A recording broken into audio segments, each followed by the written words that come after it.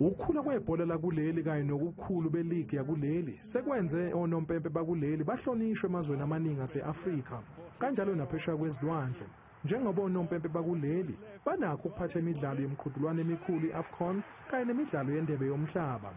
Njengoba kwaqala kusekhona onompempe abadala kanye nabasizi babo, u-Ian McLeod ongasekho, u-Ace Ngcobo, u-Victor Gomez.